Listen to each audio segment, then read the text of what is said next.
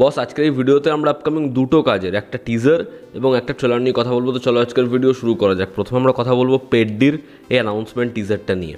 তো এই যে ফার্স্ট শট, এটাকে তারা যেরকমভাবে এনেছে সেটা ডেফিনেটলি ভীষণ এক্সাইটিং, আমার হেভি লেগেছে এবং মনে হচ্ছে রামচরণ এই ছবিটা ফাটিয়ে কাজ করবে, ছবিটা হবে খুব ভালো। তবে এই ছবিটা 2026-এ কোন বড় ছবির সাথে ক্ল্যাশে আসছে, যেই ছবিটা নিয়েও আমরা হয়তো এর থেকে বেশি এক্সাইটেড, সেটা হচ্ছে দ্য প্যারাডাইস।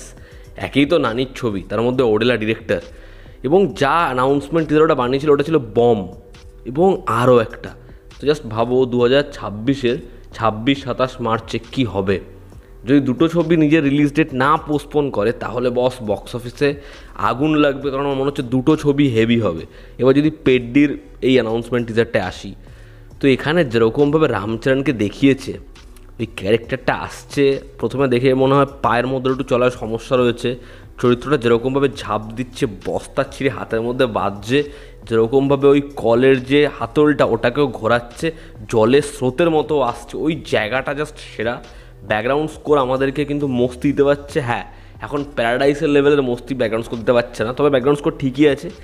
এবং যখন ওই শটটা ক্রিকেট খেলার হাতের মধ্যে এখানে বালিটা লাগায় এবং ও এক পা এগোয়, হাতলটাকে ঠোকে, তারপরও ছয় মারে, ওই যে সিকোয়েন্সটা জাস্ট সেরা। রামচরণের যে লুকস, রামচরণকে যেরকম দেখতে লাগছে ব্যাপক লাগছে। এবং এই ছবির যে ডিরেক্টর বুচি বাবু সানা, তো সে খুব ভালো একজন ডিরেক্টর। এই ছবিটা প্রডিউস করছে, মানে কো প্রডিউসার হচ্ছে সুকুমারের সাথে সে বহুদিন কাজ করেছে। তো আমি চাই ছবিটা খুব ভালো হোক, মস্তি দিক এবং রামচরণ আবার একটা ব্যাপক হিট পাক। এবং ছবিটা রামচরণের যে লুকসটা না, সেটা না অনেকটা রাঙ্গাস্থলামের ভাইবস দিচ্ছে। এবং যেরকম কস্টিউম যেরকম দেখতে লাগছে হেভি, আমি মস্তি পেয়েছি। যেরকম গ্র্যান্ডুয়ার ধরেছে, যেরকম প্রত্যেকটা ফ্রেম সেটা যেরকম ধরনের ধূসর ভীষণ ভালো লাগছে দেখার এই ছবিটা। এই যে মাসিনেস, ম্যাডনেস, এটার সাথে ক্রিকেট কীরকমভাবে ব্লেন্ড হয়, এই ছবিটা আশা করছি খুব ভালো হবে।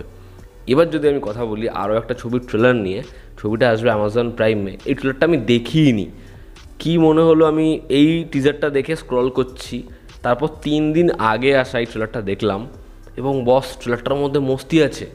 এই ছবির যে পরিচালক সে হচ্ছে বিশাল ফুরিয়া এবং সে অনেকগুলো ভালো কাজ পরপর আনলো। ছবির নাম হচ্ছে ছড়ি 2, যেটা অ্যামাজন প্রাইমে আসছে।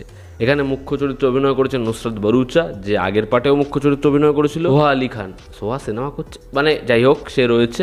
এবং এই টিজারটা যেরকমভাবে শুরু হয়, যেরকমভাবে এন্ড হয়, তোমরা মস্তি পাবেই বস।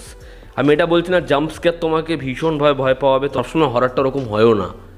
এইখানে যেরকম লুক অ্যান্ড ফিল, যেরকমভাবে ওই সাবজেক্টটার সাথে ডিল করছে।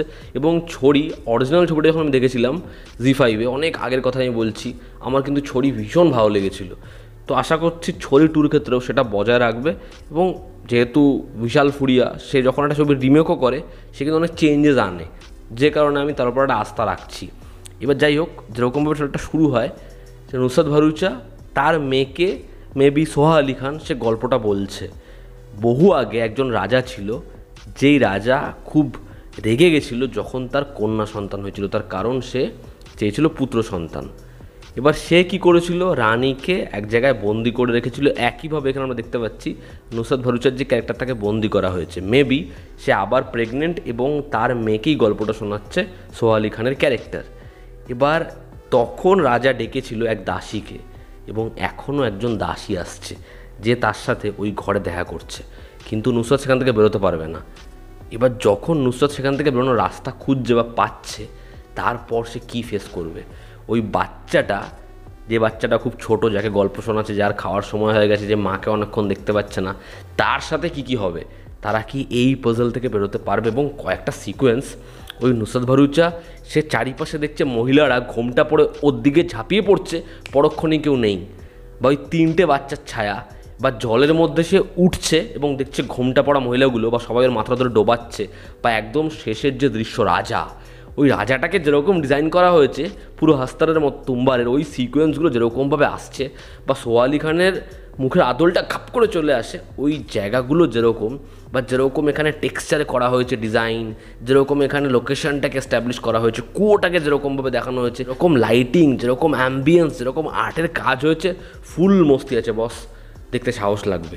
তো আমার এই ট্রেলারটা বেশ ভালো লেগেছে। এবং দেখো নুসরাত ভরুচা সে প্রচুর কাজ পায় না, এবং আমি যে তার পারফরমেন্সের খুব একটা ফ্যান এমনও নয়, কিন্তু সে কিন্তু এখানে ভীষণ ভীষণ ভালো কাজ করছে। তাকে দেখতে খুব ভালো লাগছে, পারফরমেন্স বেশ বেশ ভালো। আর অপরদিকে যদি সোহা আলি খানের কথা বলি, সেও বেশ ভালো। আর তো সেরকম কোনো কাস্ট নেই, তবে ট্রেলারটা যা কন্টেন্ট আমাদের প্রমিস করছে সেটা যদি দেয় তাহলে খুব ভালো হবে। মনে হচ্ছে এই ছবিটার না সিনেমা হলে আসা উচিত ছিল, যেরকমভাবে ডিজাইন করেছে। আমি জানি লোকে হয়তো সেরকমভাবে দেখতো না, তবে একটা হরর ছবির কিন্তু অডিয়েন্স আছে, দেখার ছবিটা কেমন হয় আমি তোমাদের বলবো বস তোমরা একবার এই ট্রেলারটা দেখো। তো এই ছিল আজকের ভিডিও। ভালো লেগে থাকলে লাইক করো, শেয়ার করো, সাবস্ক্রাইব করো, তোমাদের যে অপিনিয়ন জানিও। জনতা আমাদের পাশে আছে। আবার দেখা হচ্ছে, টেক কেয়ার।